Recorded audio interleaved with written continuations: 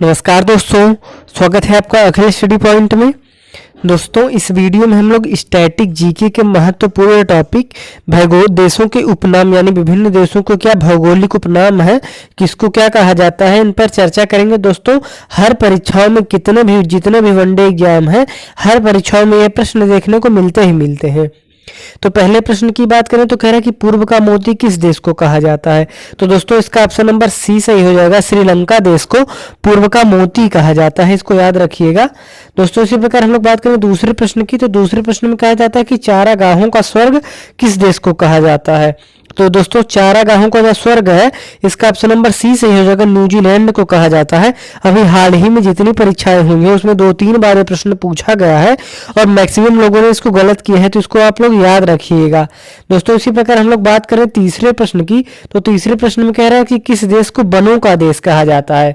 तो दोस्तों, इसका ऑप्शन नंबर डी सही हो जाएगा। कांगो देश को वनों का देश कहा जाता है। कांगो प्रजातांत्रिक जो देश है, यह अफ्रीका महाद्वीप में स्थित है और इसको वनों का देश कहा जाता है। इसी प्रकार दोस्तों, हम लोग बात करें चौथे प्रश्न की, तो चौथे प्रश्न में कहा जाता है कि यूरोप के किस देश को लघु यूरोप कहा जाता है। तो दोस्तों, पहले याद रखना है कि वह देश यूरोप महाद्वीप में स्थित होना चाहिए जिसको लघु यूरोप कहा जाता है। तो इसका ऑप्शन नंबर ए सही हो जाएगा। फ्रांस को जो है लघु यूरोप कहा जाता है। इसी प्रकार हम लोग बात करें पांचवें प्रश्न की, तो पांचवें प्रश्न में कह रहा है कि उगते सूरज की भूमि किस देश को कहा जाता है। तो दोस्तों, उगते सूरज की भूमि जो है ऑप्शन नंबर सी सही हो जाएगा। जापान देश को उगते सूरज की भूमि कहा जाता है।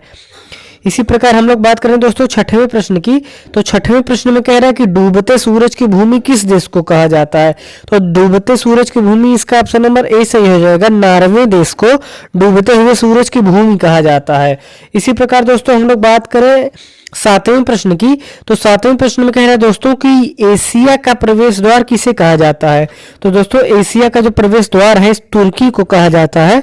इसका ऑप्शन नंबर सी सही हो जाएगा। जो है तुर्की देश जो है, इसको एशिया का प्रवेश द्वार कहा जाता है। तुर्की के बारे में एक चीज और याद रखिएगा कि तुर्की देश का नाम बदल करके अभी हाल ही में इसका नाम तुर्की रख दिया गया है, तो इसको याद रखिएगा।